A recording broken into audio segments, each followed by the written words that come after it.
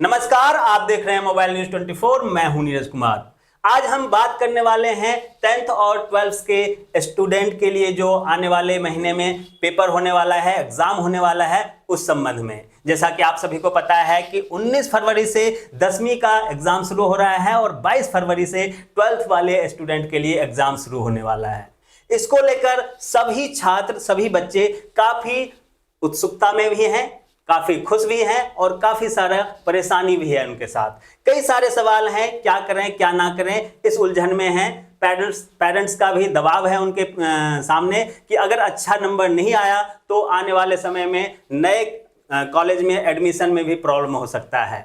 ये सारे उलझन है, कौन सा सवाल पहले करें, कितना टाइम लगेगा और उस उलझन में क्या करें क्या ना करें कि उलझन में कुछ छूट ना जाए, सारे समय में पूरा क्वेश्चन का आंसर दे पाएंगे कि नहीं दे पाएंगे, ये सारा उलझन है। इसे कैसे वो सुलझा पाएंगे, इसको लेकर हम एक स्पेशल प्रोग्राम अभी लेकर आए हैं और इस प्रोग्राम में हमारे साथ एक्सपर्ट के तौर पर एमके सिंह सर आए हुए हैं। एमके सिंह जी, बहुत बहुत स्वागत है आपका। और इनसे हम जानेंगे, सब पहले थोड़ा सा मैं इनका इंट्रोडक्शन दे दूं कि लगभग 3 दशक 30 साल का एक्सपीरियंस है इन्हें और इन्होंने अलग अलग इंस्टीट्यूशन में पढ़ाया भी है और अपना भी स्पेशल क्लास भी ये देते हैं। तो हम सारी चीजें जानने की कोशिश करेंगे कि आखिर स्टूडेंट को क्या करना चाहिए ताकि वो आसानी से इस परेशानी को पार कर सकें और आने वाले अगले कॉलेज में जाके एडमिशन ले सकें।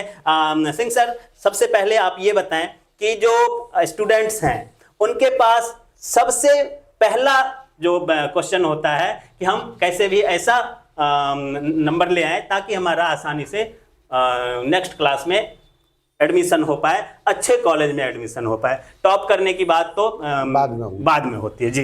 तो सबसे पहले तो मैं आपको कॉन्ग्रेचुलेट करूंगा कि आपने बहुत अच्छा प्रोग्राम जो है वो बच्चों के लिए, और खास करके अभी पेरेंट्स भी जो है वो काफ़ी दबाव में रहते हैं। मैं तो पिछले 30 साल से देख रहा हूँ, ये एग्ज़ाम के टाइम में स्टूडेंट पे अननेसेसरली एक बर्डन आ जाता है।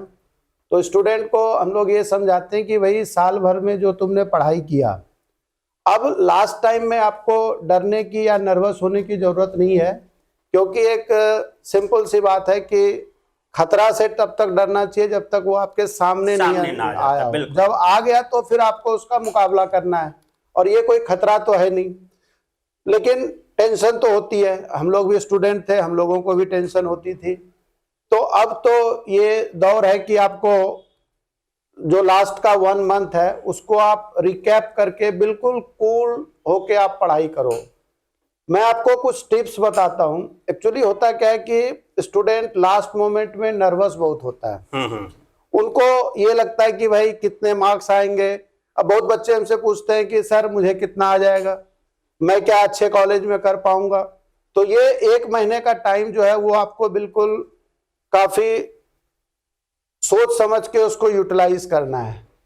जैसे मैं जो बच्चों को सबसे पहले, मैं तो केमिस्ट्री का एक्सपर्ट हूँ, केमिस्ट्री पढ़ाता हूँ बच्चों को। 11th 12th आईटी मेडिकल और जो भी एंट्रेंस लेवल के टेस्ट होते हैं, सब्जेक्ट डिफरेंट चीज है। परेशानी हुआ। मैं एक एग्जांपल देके, ताकि उसी के बेसिस पे आप हर एक सब्जेक्ट को वही पैटर्न आप फॉलो करो, वो सबसे बेस्ट मेथड है। तो सबसे पहला चीज कि आपको नर्वस नहीं होना है, क्योंकि आपने साल भर में पढ़ाई तो किया ही है। मैं हर एक ग्रुप के बच्चों के लिए, जैसे 3 कैटेगरी में हम बच्चों को क्लास में बांटते हैं। एक तो जो फ्रंट बेंच पे है, उनका यदि 100% नहीं आता है, मैं कुछ बच्चे को ऐसा देखता हूं कि 99 मार्क्स भी आता है तो वो उतने खुश नहीं होते जितना कि 1 मार्क्स कट जाने से वो दुखी होता है। बिल्कुल। जो जिसको हम बैक बेंचर कहते हैं, वो बैक बेंचर नहीं है। वो तो देखो, हर एक स्टूडेंट हर एक चीज में तेज होगा ऐसा कोई जरूरी नहीं है। तो उनको लगता है यार मैं पास कैसे कर जाऊं, और बहुत बच्चे को कंपार्टमेंट भी आ जाता है। तो कंपार्टमेंट स्ट्रेटजी के अभाव में आता है। ऐसा नहीं कि पास होने लायक मार्क्स जो है वो 30-35% आप आराम से ला सकते हो। जैसे सबसे पहला चीज ये है कि एग्जामिनेशन के 5 दिन पहले आपका क्या स्ट्रेटजी होना चाहिए सब्जेक्ट पे। तो जो 95, 98, 99% के लिए अटेम्प्ट कर रहे हैं, जिनका ये मोटिव है कि हमें 99, 100% आना चाहिए, उनका स्ट्रेटजी दूसरा होता है। उनको क्या चाहिए कि भाई ठीक है, उनके लिए जो टफ टॉपिक है वो पहले स्टार्ट करते हैं, क्योंकि रिवीजन आपको करना है। आपको पता है कि हमारा वीक पॉइंट यहाँ है। और जिन्हें पास करना है, जैसे सपोज पास करने का मेरा सेंस है, जैसे 70 मार्क्स है, 30 मार्क्स का प्रैक्टिकल होता है, तो 70 में 40 मार्क्स जो है आप रिस्पेक्टफुली आप ला सकते हो उसको। आपको क्या करना है कि जो आपका स्ट्रॉन्ग पॉइंट है, जो तेज स्टूडेंट है जिनको 99, 98, 100% चाहिए, उनको वो पॉइंट करना है जो उनका वीक पॉइंट है, वो पहले उनको रिवाइज करना है। लेकिन जिनको 40 मार्क्स लाना है, 60-70% टारगेट करना है, उनको चाहिए कि उनका जो कॉन्फिडेंस जिस टॉपिक पे है उसको आप अच्छे तरीके से पूरा उसको कंप्लीट कर लीजिए पहले। ठीक है। उसके बाद एग्जाम के टाइम में ये होता है कि बच्चा रात में 2-2, 3-3 बजे तक पढ़ रहा है, फिर सवेरे वो जग रहा है, तो दूसरे दिन वो सो रहा है। तो उससे क्या होता है कि ये बायोलॉजिकल सिस्टम है, बॉडी का जो हमारा सिस्टम है वो भी डिस्टर्ब होता है। तो आपको बिल्कुल परेशान होने की जरूरत नहीं है। तो पहले आप क्या करो, चैप्टर वाइज, जैसे आपने जो जो इम्पोर्टेंट फॉर्मूलाज है, जैसे मैं फॉर एग्जांपल केमिस्ट्री बताता हूँ 12th क्लास का बोर्ड के लिए, जैसे 10 चैप्टर है, तो आपको पता है कि जो मैक्सिमम वेटेज है वो किस चैप्टर में है, तो आप पहले उस चैप्टर को पहले से रिवाइज कर लीजिए, उसका जो इम्पोर्टेंट फॉर्मूलाज होता है। और मेरे विचार से लास्ट टाइम में एग्जाम का जो 5 डेज है, जैसे इस बार केमिस्ट्री में 12th क्लास में 22 को इंग्लिश है और 27 को केमिस्ट्री है, तो 5 दिन का गैप जो है वो मोर देन सफिशिएंट है कि आप उसको उसमें पूरा रिवाइज कर सकते हैं। तो अभी जो 1 मंथ का टाइम है, ये स्ट्रेटजी बाद में है, 22 से 26 के बीच का। अभी जो 1 महीने का टाइम है, उसमें जो टॉपिक आपका सबसे स्ट्रांग है उसको 1 पेज पे जो जो इम्पोर्टेंट फॉर्मूलाज है, जैसे हर एक चैप्टर में मोस्टली 7 और 8 फॉर्मूलाज होता है। अब तो सिलेबस इस बार और इजी हो गया है, 3 चैप्टर है फिजिकल केमिस्ट्री में, पहला सॉल्यूशन है। तो उसमें क्या करो आप कि 1 पेज पे जैसे सबसे इंपॉर्टेंट है कि कंसंट्रेशन कैसे निकालते हैं, या दूसरा जो उसमें कॉलिगेटिव प्रॉपर्टीज है वो है, या फिर वेंट ऑफ फैक्टर है। तो ये जो मेन पॉइंट है, पॉजिटिव नेगेटिव डेविएशंस क्या होता है रॉल्स लॉ का, ये आप ताकि उसको जो जो कंसेप्ट है वो आपके दिमाग में पूरा जो है वो घूमते रहे, है ना। और कोई भी प्रॉब्लम जब आप सॉल्व करते हो, तो ये मैं आपको बहुत इंपॉर्टेंट टिप्स बता रहा हूँ, चाहे वो फिजिक्स हो, मैथ्स हो या केमिस्ट्री हो, जो भी न्यूमेरिकल बेस्ड टॉपिक होता है। बच्चे क्या करते हैं, बहुत अच्छे जो इंटेलिजेंट बच्चे होते हैं उनके साथ मैं देखता हूँ, जैसे मैंने दिया कि अच्छा बच्चे ये प्रॉब्लम करके दो, तो वो क्या करेगा, फर्स्ट लाइन से लास्ट लाइन तक पूरा प्रॉब्लम को ठीक से रीड नहीं करता, जल्दीबाजी में प्रॉब्लम करेगा और लास्ट में उसको भी पता है कि ये गलतियां हो रही है।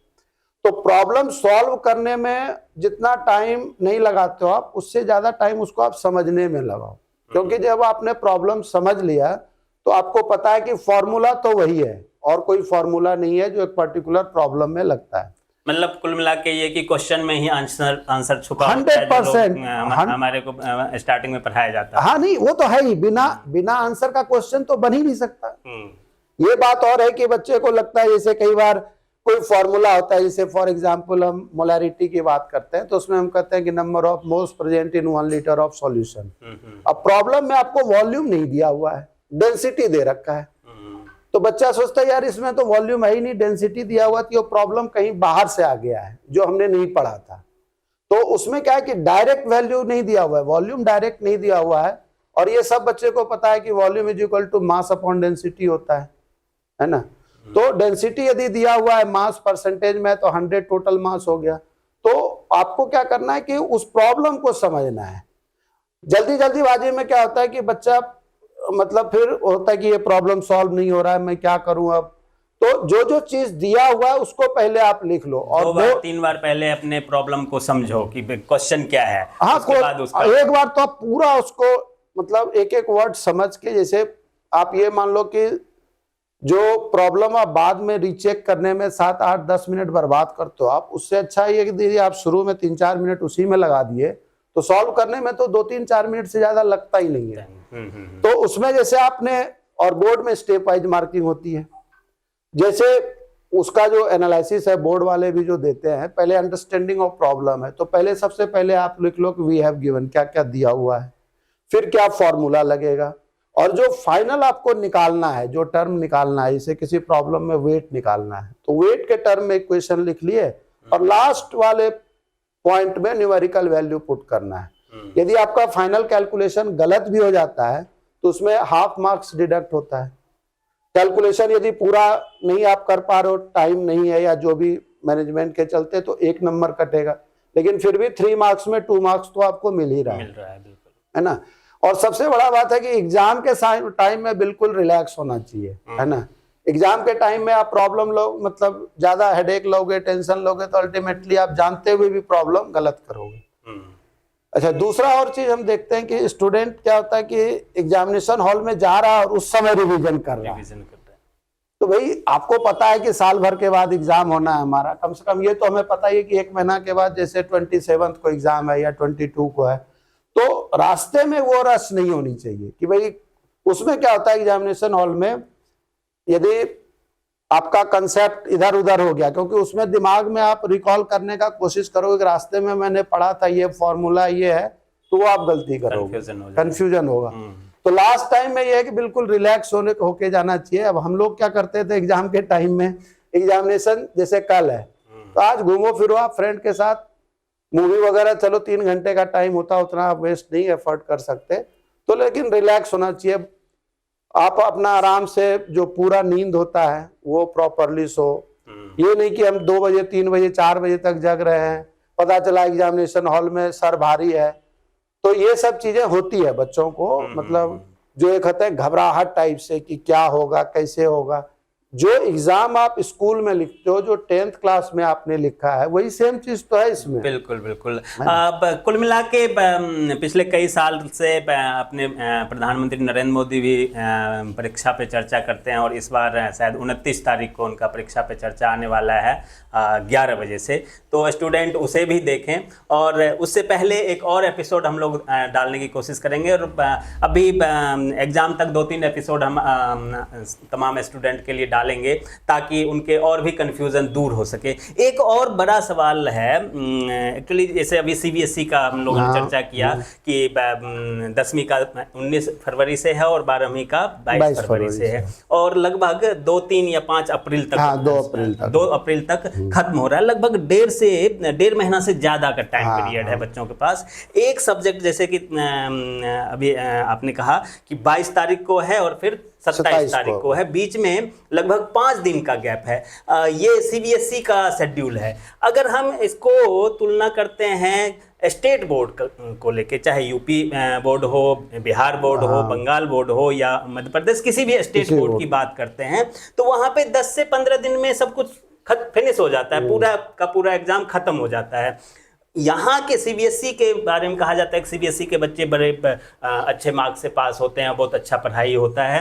तो कहीं ना कहीं हमने जो इसमें एनालिसिस किया है उसमें पाया कि CBSE के बच्चे के पास एक पेपर से दूसरे पेपर में जाने के लिए 4 से 5 दिन तो होता ही होता है। आइडियली ये होना भी चाहिए, लेकिन स्टेट बोर्ड वाले ऐसा क्यों नहीं करते हैं? और क्या ये भी वजह हो सकता है स्टेट बोर्ड के रिजल्ट जो पुअर आता है, चाहे बिहार बोर्ड का हो, यूपी बोर्ड का हो, तो है ही, क्योंकि उनके पास वो जाते हैं, आज पेपर है, कल भी है, कई जगह तो होता है आज भी है, कल भी है, परसों भी है, बीच में एक दिन दे दिया गैप तो दे दिया, नहीं दिया तो कोई बात आपको आइडियली 4 to 5 डेज का गैप तो देना चाहिए। ये बहुत आइडियल ये होता है।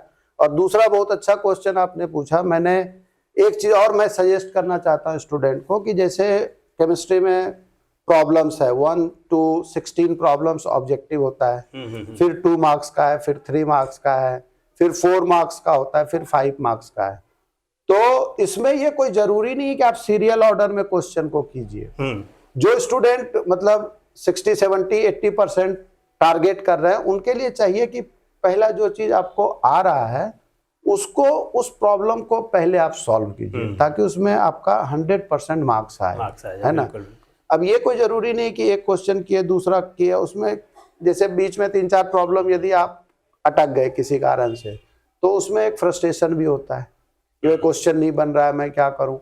तो ये कोई जरूरी टाइम किल होता है। इसलिए हम लोग ये सजेस्ट करते हैं कि भाई ऐसा है कि आप जहां से, जिस प्रॉब्लम से आपको जो प्रॉब्लम लगता है कंफर्टेबल है, जैसे प्रॉब्लम नंबर 7, 8, 9 है, पहले आप वो बना लो। और उसमें क्या होता है, सेक्शन लिखा होता है, सेक्शन A, B, C। तो उसमें बेटर ये है कि ऊपर यदि आप आंसर शीट के ऊपर सेक्शन लिख देते हैं तो भी ठीक है, उसमें एग्जामिनर को ज़्यादा आसानी होती है। अदरवाइज एक क्वेश्चन में तो क्वेश्चन नंबर एक ही होता है।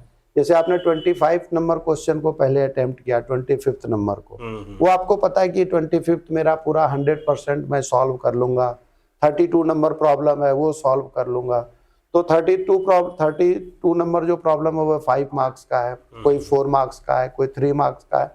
तो वहाँ आप आउट ऑफ 70, क्योंकि 70 मार्क्स केमिस्ट्री में थ्योरी से आता है और 30 मार्क्स का प्रैक्टिकल होता है।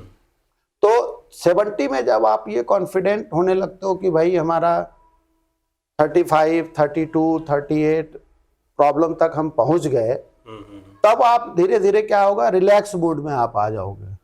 तो उसमें क्या होता है कि कोई प्रॉब्लम जो आपको लग रहा है कि नहीं भी सॉल्व होगा, उसको भी जब आप अटेम्प्ट कर लेंगे, कॉन्फिडेंस बहुत बड़ा चीज होता है। क्योंकि जो चीज हमने पढ़ा है, कंसेप्ट तो बाहर उससे ज्यादा किसी को नहीं पता है। तो स्ट्रेटजी बहुत जरूरी होती है, आपको प्लानिंग उस तरीके से करनी चाहिए कि ताकि आप हर एक क्वेश्चन को अटेम्प्ट कर सकें। ये बहुत जरूरी होता है। बिल्कुल। किसी भी काम के लिए प्लानिंग बहुत जरूरी होता है, चाहे आप कुछ भी करते हैं, चाहे जैसे आप खेलने जाते हैं, बच्चों को खेलना बहुत पसंद है, तो अगर आप खेलने जाते हैं और खेल में मैच है तो प्लानिंग वहाँ भी होता है। हर किसी काम को करने के लिए प्लानिंग होता है, वैसे ही एग्जाम के लिए भी प्लानिंग जरूर कर लें। बहुत अच्छी बात इन्होंने कही है, और प्लानिंग अगर आप सही से करेंगे तो सक्सेस भी आसान हो जाएगा। इसी तरह आप तमाम स्टूडेंट को जैसे कि इन्होंने पॉइंट बाय पॉइंट दिया है, उसे आप अगर नोट कर लेंगे तो आपको बहुत आसानी होगी। लास्ट में एक जो कहते हैं मास्टर स्ट्रोक, तो मास्टर स्ट्रोक क्या होना चाहिए स्टूडेंट के लिए कि वो पास तो कर ही जाए। जो ये है कि इसलिए कह रहा हूँ, हाँ, वो बिल्कुल जरूरी है। सबसे मेजर स्टूडेंट है, मतलब परसेंटेज वाले 70%, 80%, 90% और अब वाले तो जो भी हैं, लेकिन मेजर स्टूडेंट जो है वो वही है, और उनको ध्यान में रख के 30 ईयर से मैं ये देख रहा हूँ, कभी कभी बच्चे, मतलब ये बहुत एक्सट्रीम केस है, बहुत दुख लगता है हम लोगों को कि बच्चे जो है एक एक दो बार कंपार्टमेंट लग जाता है। तो वो पेरेंट्स के लिए भी, स्टूडेंट के लिए, देखो हर एक बच्चा भगवान ने उसको यूनिक बनाया है, कोई जरूरी नहीं है, लेकिन पास करना जरूरी है। तो उसमें पास तो आप 100% कर जाओगे। जो सबसे मेन चीज है, जो टॉपिक आपका स्ट्रांग है उसको पूरा रगड़ के करो आप। जैसे आपने 4-5 टॉपिक भी यदि कर लिया तो 30-35 मार्क्स तो कहीं नहीं जा रहा है। होता क्या है, एक बच्चा एक चैप्टर नहीं किया दूसरे पे जंप कर गया, दूसरा नहीं किया तीसरे पे जंप कर गया। तो इसी चीज को मैं काफी दिन से कोशिश कर रहा था, 7-8 साल से, कि मतलब लास्ट टाइम में जो स्टूडेंट का, तो इसलिए मैंने एक छोटा सा सीरीज जो है बोर्ड पे डाला है, study with MK Singh sir के नाम से। उसमें मैं 12th को ही फोकस किया हूँ, क्योंकि हाँ, मैंने टोटली इसलिए फोकस किया है कि जैसे कन्वर्जन वगैरह होता है वो बच्चों को काफी टफ लगता है। तो वो जनरली वो बुक वगैरह में भी एक तरह आप देखोगे 12th क्लास जो है वो सबसे ईजी है। बोर्ड वालों ने इसलिए ईजी बनाया CBSE ने कि पास तो सबको करा देना है। जो गांव में रूरल एरिया में बच्चा रहता है वो भी बुक को पढ़ के समझ के पास कर सके। तो जो बच्चा मतलब 70-80% टारगेट, मेरा कहना यह है कि 60% तो बड़े आराम से आप ला सकते हो। हाँ, जितना प्रॉब्लम मतलब 90% लाने में है, 90 to 98, 99, 100% पहुंचाने में उतना ही मेहनत करना पड़ता है।